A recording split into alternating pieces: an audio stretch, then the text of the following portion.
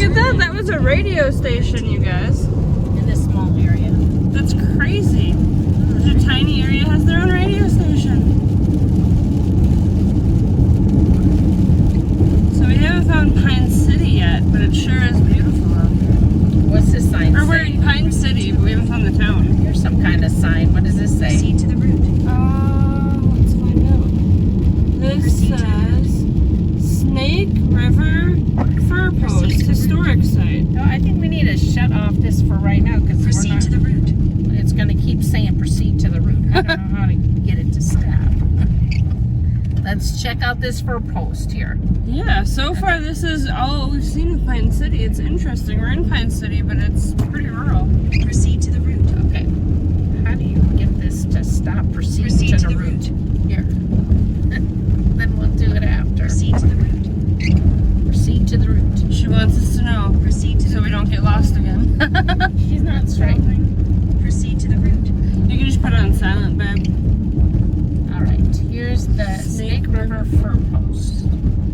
Interesting. It's the Minnesota Historical Society. Huh. Well, let's see what this That is. sounds kind of cool. All right. Something down here. It's a Saturday, so I'd assume whatever it is, it's open.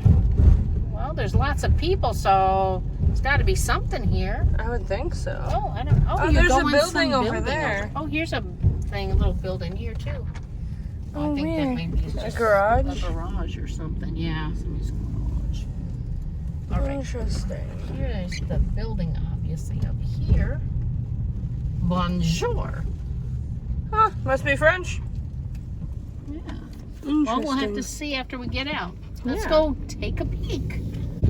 So it's raining out right now. Look at that. Bonjour. Good day. The year is 1804 and you've paddled a canoe hundreds of miles to get here. You'll see a reconstruction of the fur post built by the Northwest Company in 1804. You'll meet voyagers ready to tell you stories about life in the fur trade. You'll learn more about the fur post and the Snake River environment in the visitor center and on the trails. Neat. And here's the building over here, so There it let's is. go inside. Let's go check it out.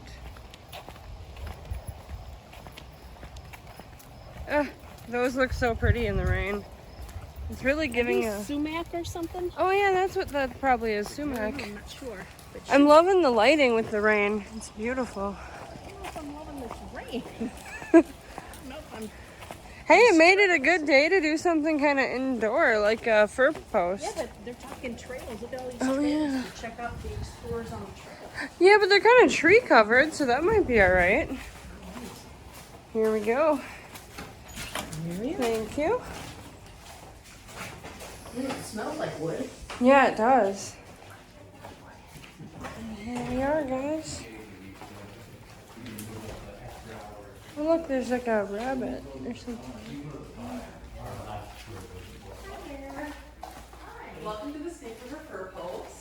Have you guys ever been here before? No, we haven't. Okay, well, so I have a little map here that shows our reconstructed fur post. This was from 1804. So about 200 years ago, a man named John Sayer was here, and he was trading with the Ojibwe to trade for beaver fur so that they can make beaver top hats and such.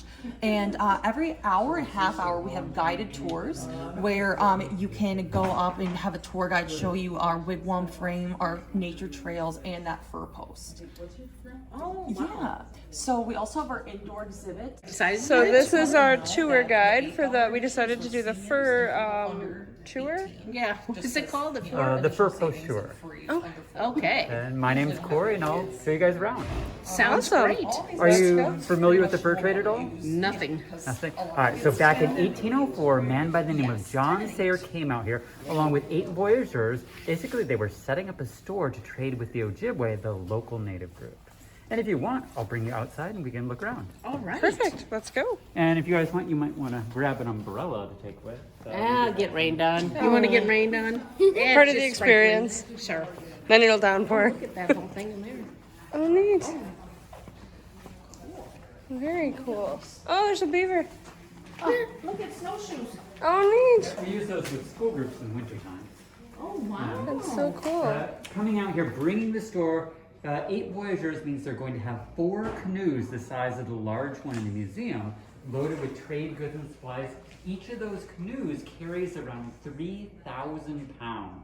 Wow. So imagine one person at the front, one person at the back, and then like the weight of a car sitting in between. Wow. And then going on an 8-week-long canoe trip. Oh my gosh. Sound good? No, That sounds not like, at all. wow, That rough. sounds really bad. It would definitely be a lot of work, though this is back in 1804, so is anyone getting a job that's not going to be a huge amount of work? That's true. It's a good But I've been in a canoe, and if you don't know how to paddle, and the other person is yelling at you, Oh, yeah. it Ooh. makes for an unhappy Hopefully they're experience. friendly, people in the canoe. Right.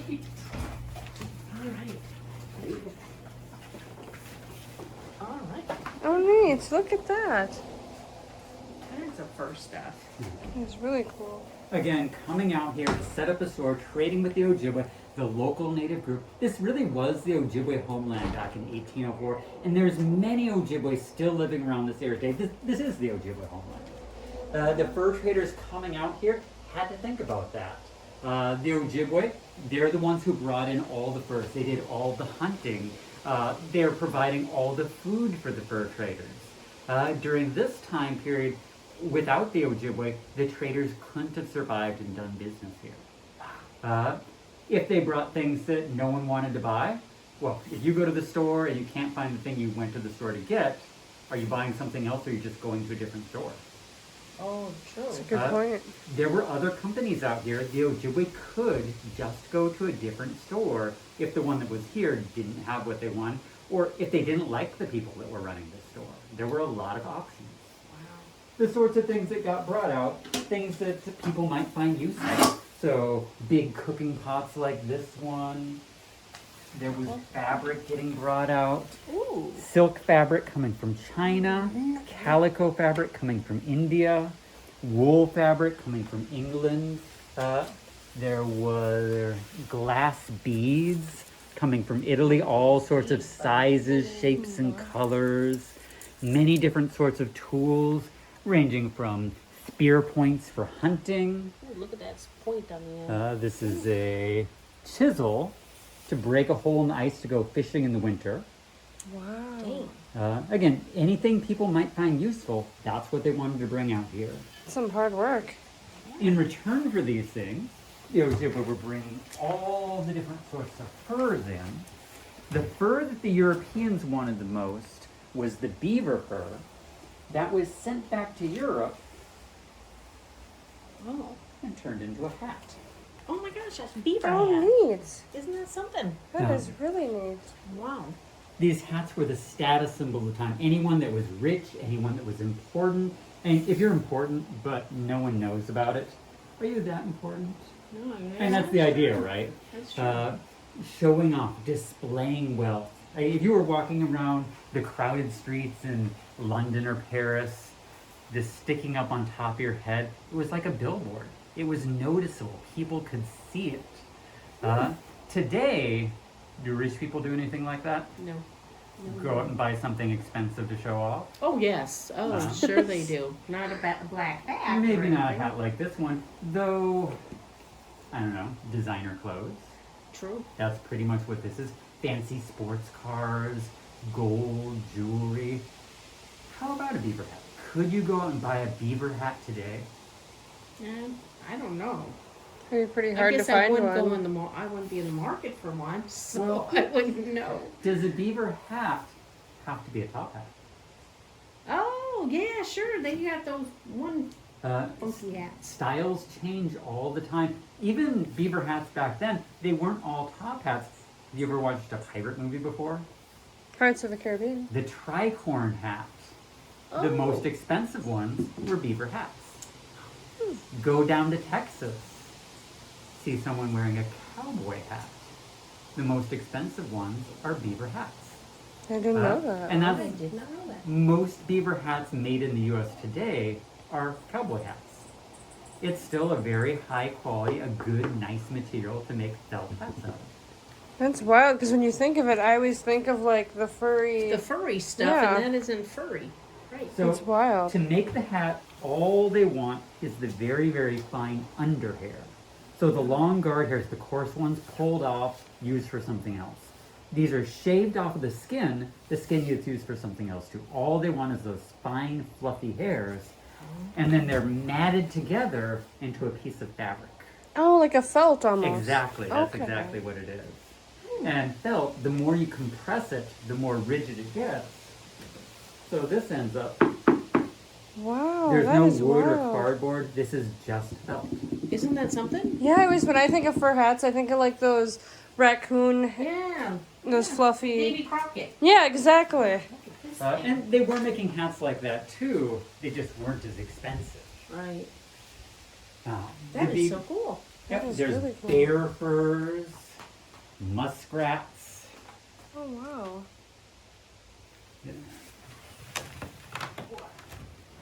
Otters. Oh my gosh, they even got the feet still on them. Oh yeah, they do. Yeah, no thank you. All these different things. Again, just like bring in anything that the Ojibwe want, the Ojibwe are bringing in anything that the Europeans want. Beaver furs are nice to have, they're good. They're not the only fur that's valuable. All these other things have uses too. Or tools. They're bringing in tools that make life easier for the Ojibwe. The Ojibwe are also bringing in tools to make life easier for the Europeans. The voyageurs, their big job in the wintertime is going out and chopping down trees for firewood.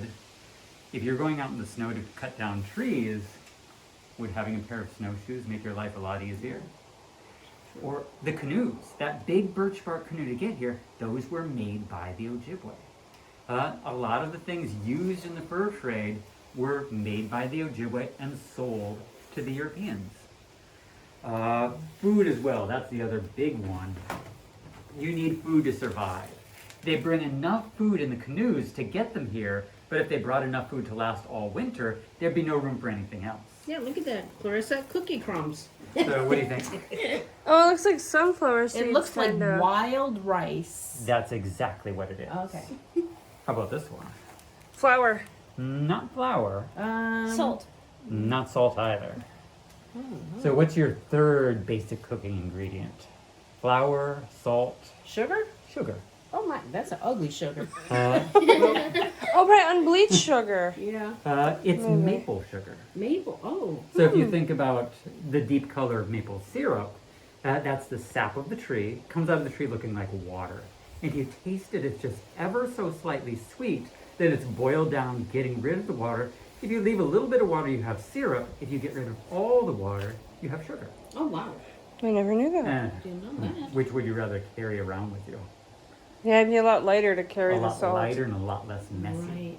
And if you have sugar and you want to have syrup again, just add a little bit of water back into it, and now you have syrup. Oh, neat.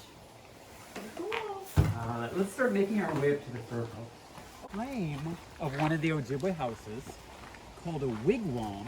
Wigwam. Wigwam means birch bark house. So, covered in bark, it'll have, this is a wintering house, so it'll have a thick layer of dry moss and then another layer of bark over the top of that to insulate it, keep it nice and warm. In the winter, it'll be about 65 degrees inside. With the Oh, fire. wow. So pretty comfortable. Throughout the rest of the year, it's a dome-shaped house, more of an umbrella shape, perfect for a rainy day. Well, this is perfect for the snow. You don't need to worry about collecting on top and causing it to collapse. Hey, an idea for the Chicken chicken coop. roof. Oh, one little place Fire where they area. Pretty much all of the cooking would be done outside. Even in the middle of the winter, you don't want, there was just a mouse that ran across there. lunch. But you don't want to have smells inside the house to attract animals like coyotes or bears or wolves. How would you like one of those showing up in your bed at the middle of the night? Probably not. On the other hand, if it showed up over there in the middle of the night, who cares? Who cares? Right. And you have more fur, I guess. You're ready for them. They crawl in next to you, keep you warm. That's true. We've heard of the Snake River before. That's it right Now, there. There is a Snake River in almost every state. And everyone has heard of the Snake River that flows through Colorado, that's in the Grand Canyon. Okay. So that might be where you've heard it from.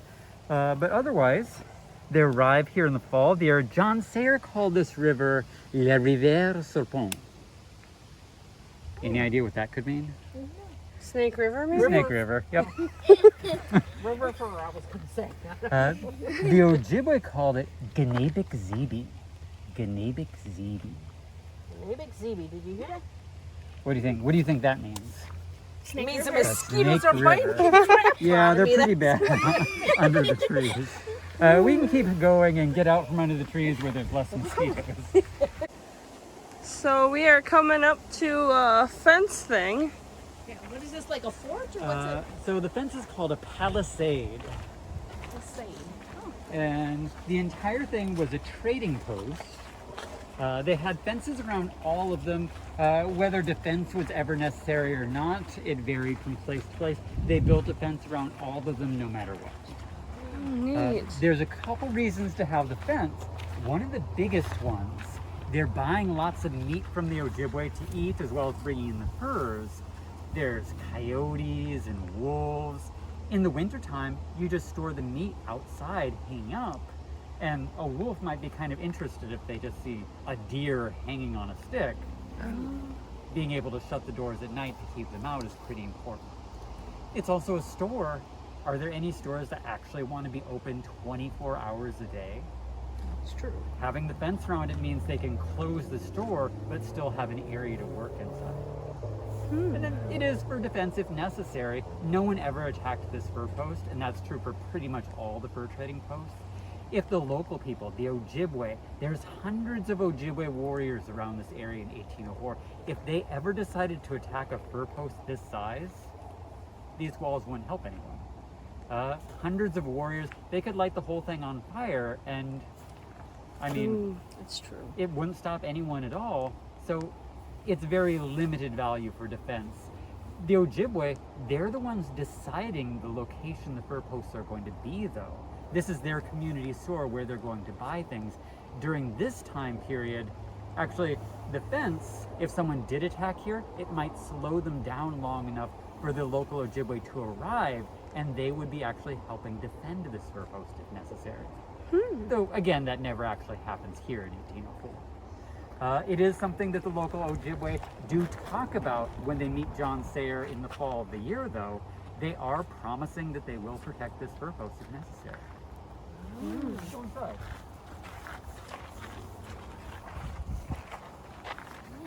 Wow. Fire little ring. That looks neat.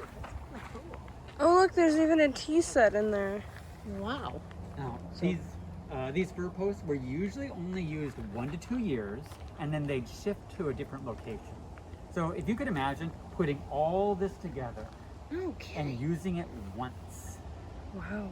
Oh my gosh. And we were complaining about putting up that chicken run. Of course, does the boss care about the extra work his employees have to do? I mean, they're paid the same no matter what. If they go back to an existing fur post, they're paid the same as if they're making a brand new one every year. So why not just make a new one every year? Look at And- those windows. It's good for the company. that's They're here to cool. make money.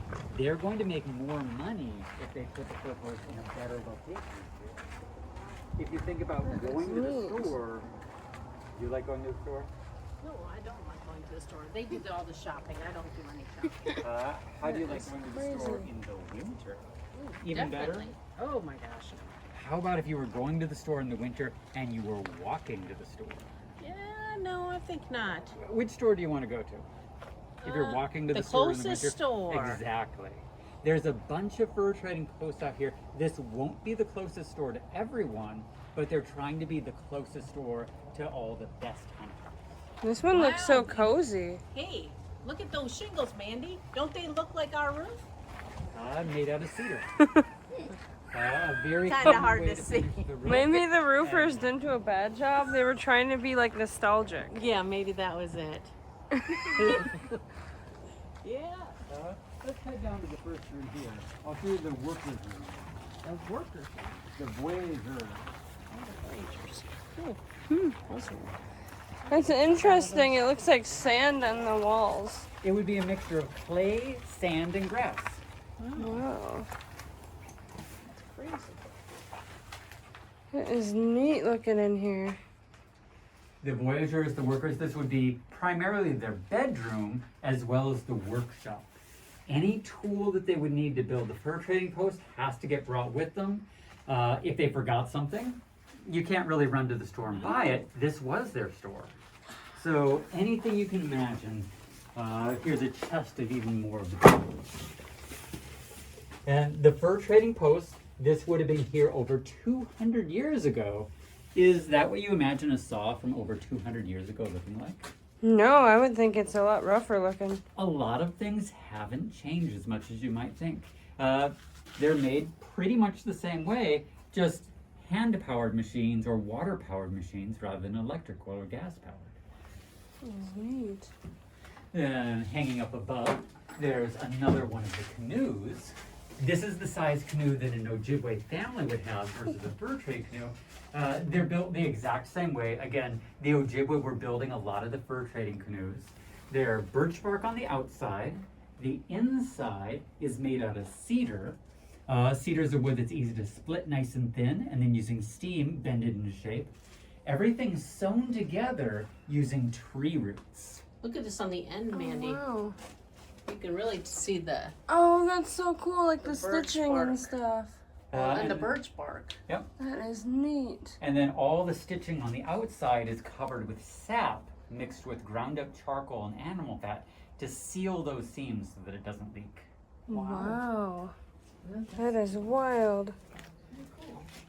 The fur traders, when they bought these canoes from the Ojibwe, they were expecting them to last at least 3 years before needing to be replaced.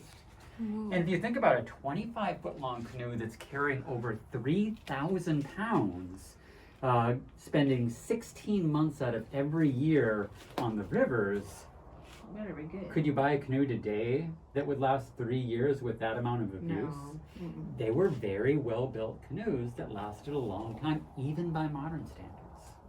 And shared both of these rooms. Oh, So there'd be a okay. couple more beds in here. The fireplace is in here, which means this is their kitchen. This is Okay. where they're eating their meals. If they had free time, they could play checkers. Oh, look at They that could checker game. play card games. There's a cribbage board. They could tell stories and sing songs. Not too bad a way to spend the winter, right? Right. That's really neat. Though, are they going to get a lot of time for playing games? Oh, more than likely not. No. All the wood for these fireplaces has to get cut during the winter. They're going to burn through about 120 cords of firewood. Wow. Are you familiar with how big a cord of wood is? Yes. 120. If you had them all stacked up at once, which they would never do, but Right. if they did have them all stacked up at once, imagine the courtyard area outside filled up to about here is how much wood they were burning through the season. That is a lot of wood. That's a lot of wood. So that's one of their big jobs. Their other big job in the winter is going out and visiting with the Ojibwe. Getting to know people. If you've got a friend that works at a store, are you more likely to want to go to that store? They're finding out the news. What happened all summer long? They're here from the fall to the spring and then leave. The Ojibwe around this area year round. What's been going on during that time when they were gone? They're going out to where people are hunting, bringing out some trade goods, carrying the meat back. The hunters, that's a very skilled job. They don't want those people to stop hunting to carry meat here. They can just have the voyageurs do the running back and forth. Going to people's houses with things to sell, bringing the store to people's houses. Like we were saying before, you don't necessarily want to walk to the store in the middle of the winter. Mm-hmm. If the store shows up right at your doorstep, though, you can do your shopping right there. Go check that one out. So this was like the boss's area, huh? This is the one that could read and write. He could read, right? He was like the manager of the store. Most of the fur posts, they're run by clerks, run by these managers. They're in charge of pretty much all the day-to-day things. They're the ones sending the voyageurs out with trade goods. They're the ones making sure the voyageurs are cutting down enough firewood. When the Ojibwe come in, he'll be writing down who they are, how many furs, the types of furs. Not too different than making a receipt when you go to a store today. Though the manager of a store, are they the very top? No. There's usually someone else they report to, right? Mm-hmm. And if they ever come across something during the day that when they're working and they're not quite sure what to do about it, do they want to just make a decision or do they want to check in with their boss? Depends on how easy it is to get a hold of their boss. Today, probably not a big deal, right? Get on a telephone, send an email, ask whatever the question was. Back in 1804, would that be easy? No, I think you'd have to do it and beg for forgiveness after. Oof, and eating with a fork like that wouldn't be a party. Do rich people want you to do that? No. No. So, today you could get on telephone. In 1804, you'd have to send a message. The company headquarters, though, is in Montreal, over 1,000 miles away. Could you send a message 1,000 miles and have it actually matter? No. They're going to bring some of the owners here. So this fur post also has John Sayrad, who's one of the owners of the Northwest Company. He would be a millionaire by today's standards. And he's in charge of the region. So all the other Northwest Company fur posts in the area could send someone here and ask him what to do if they ever run into a problem they're not sure what to do about. In 1804, we do have the journal from when he was here. There were never any big problems to sort out. He didn't really have to make any big important decisions. He did do some things like stock balancing. Maybe one store is running out of a certain trade good, but another store has extra. He's sorting it out, making sure that they have enough things at all the stores so that they keep selling things and making money. He's doing things like that. Could you imagine, though, a millionaire living like this? Yeah, no. No. Would he? No. No. We can go around and take a look at how he would live. Oh. What is that thing up there? A dog sled. Oh. So if one of the other stores was sending someone here to talk to John Sayer, they would probably use a dog sled like this one. Someone would ride in this portion. Often someone would be pushing it along with one or two dogs pulling it. Someone would be going in front of the dogs wearing a pair of snowshoes to pack the snow down to make it easier for the dogs to pull. Okay.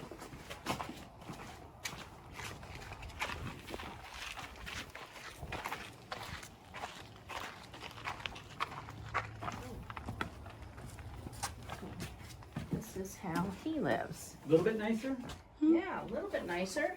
I mean, still not something I would expect a millionaire to live in, but And back in that day, I mean, look at the More spacious, maybe. He's got wine glasses, so that must be something. even by 1804 standards, I mean, most Look rich at the people dog. are living a bit nicer than this. But there's a limit to what he can actually bring out here. They're coming by canoe. The company won't even allow him to bring everything. He's only allowed to bring 1,500 pounds of belongings with him. Wow. Oh. And he had to bring a kite. Look at that. Well, what do you think? Does he live in here alone? Oh, that's right. Like, Oh, do you that's think why I his- guess he didn't bring little dolls. No. His family? He brings He's his family. sharing this room with his wife and two of their kids. His wife's name was Obemanokwe, one of the Ojibwe from the region. Oh, he married an Indian. Being married to someone from the area, would that be helpful? Oh, for sure. Her friends and her family, whose store do they want to go to? Yeah, that's True. They're coming to her store. And So they sleep on the floor underneath the bed. it gets cold out at night. It's a trundle bed. A trundle bed. Look at that. Her friends and her family, they'd come to her store. The language, she would work as a translator. She would probably help out preparing the skins. We don't have too many details about what she did day to day. John Sayer did keep a journal. She's mentioned in that journal one time. But it's a business journal, it's not a personal diary. The kids aren't mentioned at all. The one time she is mentioned, though, it was in the spring of the year. They were starting to run short on food here, so she left. She headed to the maple trees, where she harvested and prepared 8 pounds of sugar that she brought back to feed the voyageurs. What do you think? Would getting 8 pounds of sugar be a lot of hard work? Oh, for sure. That's gallons and gallons and gallons of sap that has to be boiled down. His wife went out and did that. Something he'd want the company to know about? Probably Yeah, hard I would work. think so. She did something extra beyond what was expected to make sure that the workers here survived. He would make sure that the company knew that his wife did that. Did she do a lot of other work for the company, do you think? Oh, I'm sure she had to have done all kinds of, but maybe not so much. Well, she'd have to. If she's a translator, she'd have to do all kinds of She stuff. was probably doing things all the time for the company. Oh wow, this is a bigger room. So this is the trade shop. This is where the Ojibwe can bring in all the different sorts of furs and decide whatever it was they wanted to buy with them. Any sort of animal you can think of from the area, they'd want to have. Things ranging from bobcats. This is a badger, otters, minks, fishers, martens, fox, coyote, Wow. raccoons, the Amazing. beaver, of course, wolves. All those That different wolf is things had soft. value. That's beautiful. Feel that Now- wolf one. That's Is it real? These are all real furs. Feel the one in the front and then feel the one right behind it. Oh, that one's not as nice. So what do you think? I like the Why one in the more front. for that. Nice. Why are they different though? Do you have any One- idea? Oh, maybe they're different, like tanned or hide or. No, that's not what it is. The way they eat, what they're eating. Not that either. Huh. I don't know. The time of year. Oh, I So- never would have thought of that. The fur traders want to be here in the winter because it's cold. The animals grow their hair out nice and thick to stay warm. The one in the front is from the winter time, so it's nice and thick and soft. The one behind it was roadkill from August to July. No one would actually hunt a wolf like that for the fur in the summertime. So that one was a roadkill from the summer. So you can feel how thin the animals want to stay cool in the summertime. They don't want that thick, Right. warm fur. That makes sense. And it wouldn't really have very much value. So in the winter was the time to get the The fur. winter was definitely the time for getting furs. Ooh, this one's soft right here. Of course, I feel that one. That one's otter. That is soft. But feel the one next to it. What is that one? Must be like the lantern. That is also an otter. Yeah, it's not as soft as the other. The time of year or something then. The time of year or the age of the animal. Furs will vary, just like people and dogs and cats vary. Some have thicker, shorter, longer fur. That's deer. Oh, this is deer hide. Oh. Now this they use for clothing and for like mittens and all that stuff. So that's brain tanned deer hide. The Europeans were buying it to turn into pants. Oh, chaps. Tanned leather. Oh, that makes sense when you see old videos of like them. They're always wearing pants that color. Yeah, that's true. With the fringes on the sides.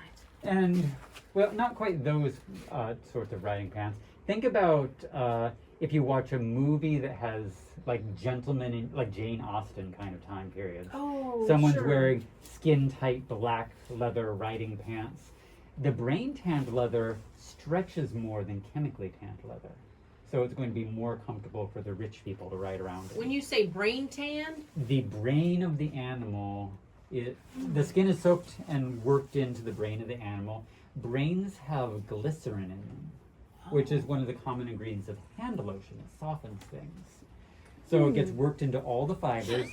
If you look at a skin through a microscope, it's not a nice, smooth, flat thing. It looks like it's something woven together. So if they coat all those fibers with glycerin like hand lotion, all those fibers are going to slide nicely against each other. So the brain tanned leather ends up being very, very soft and flexible compared to chemically tanned leather. That is neat. It's kind of a gross method, but wow. Well, So I guess less You gotta gross do than what you gotta chemicals, do. though. I was going to say, do you want to hear what they use for the chemically tanned stuff? Probably not. The brain tan probably not as gross as what they were making in Europe during the time. look at that. Did you get that? Oh yeah, I panned over that. That is Yeah, neat. that's a nice jacket there. It looks Which one are you? The British The one? British one. So it looks like a Britisher's officer's coat, but it's not. It looks like Oh, it's something not. they'd wear with pants that Soldier? color. It's made to look like it, but it's a fake. Oh. Well, I mean, what military is going to sell all their coats to different people to just wear around? But it's pretty fancy and flashy looking, right? Right. Oh, yeah. So the natives see, oh, that's a cool looking coat. I want one kind of like it. The fur trade companies commission coats to be made in similar styles. So they're like fantasy versions, even fancier and flashier than the real thing, just made because people want them. Of course, something that fancy and flashy, do you want to sell that? Nah. No, you want to give it away. Oh. The I wouldn't know if company- I'd give it away. Then I'd sell it. The Maybe company trade it? brings them out here to give away as gifts as marketing. That's a billboard. You're wondering, which store should I go to? Where even is the store out here? I bet the person wearing that bright red flashy coat knows where there's a store around the area. And they're going to direct people to the store that gave them that bright red flashy coat. Look out, most likely the meat will get hung under that in the wintertime. Oh. And Oh, then- to not attract them into the bed well, areas. just because that's out of the way. Oh, Okay. that makes Uh, sense. Yeah. You don't necessarily want your meat hung up right on the wall here when you can just True. put it off in the corner. And then it's also a lookout. There were stairs there. You can see where they used to be. Oh, I They see were right starting to there. rot a little bit and fall down. We took them off for the Very neat. Wow. That is really neat. That's a little hole so a mouse can hide in there. well, it's so that a mouse can die in there. Oh. Maybe you need that for the shooters in your coop. Around the chicken coop. That might be Yeah. effective. If you put the trap inside too, yes. That's what we need, yes. Have to be one that's not a live trap, because she'd be like, oh, I want to keep it as a pet. Nothing better than that sound. Wow, look at that out here. That is pretty. Openness. Oh, yeah. Can you imagine? Wow. It's beautiful. And then it has trails all over the place. here, I Yep, there's about 3/4 of a mile of trails in all here. This one goes off, brings you along the edge of wetlands area. The other one goes back behind the fur post and brings you along the river. Both of them end up back at that crossroads that we passed earlier. Oh, Okay. neat. Oh, weird. It was found in the dirt? Yeah, that's what it says. Oh, that's cool looking. All these furs. Wow. Ooh, look how soft that one is. Wow. Hey, technically, it's a cross rock. And look at the journals.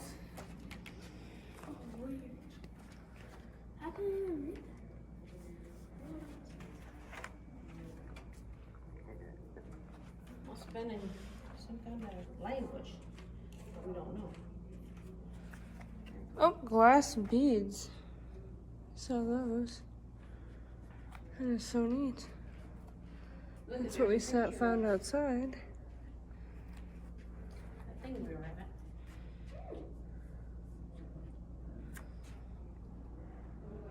Bunch of deer hunters hanging out.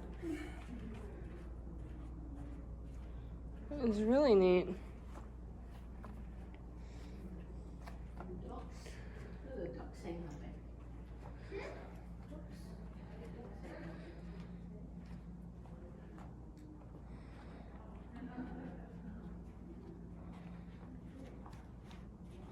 Island clams.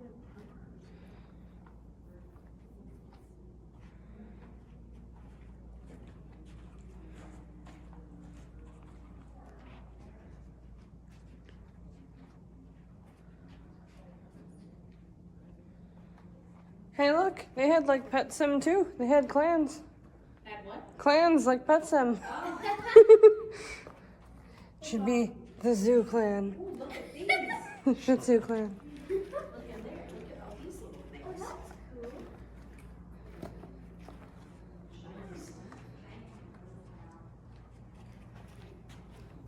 There's so much to see. That is really neat. How bad do you just totally think of the Valhalla calling when you see that?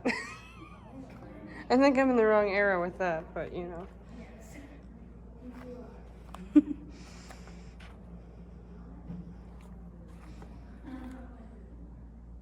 Oh, look at that, you guys. They even had thimbles like for sewing back then. It's wild.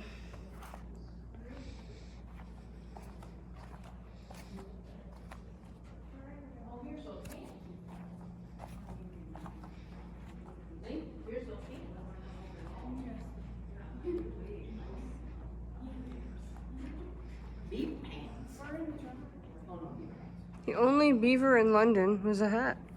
Yeah, look at here's those pants made out of that Oh yeah, that he was showing brain us, stuff. that brain tanned. deer hide. I want to show us here how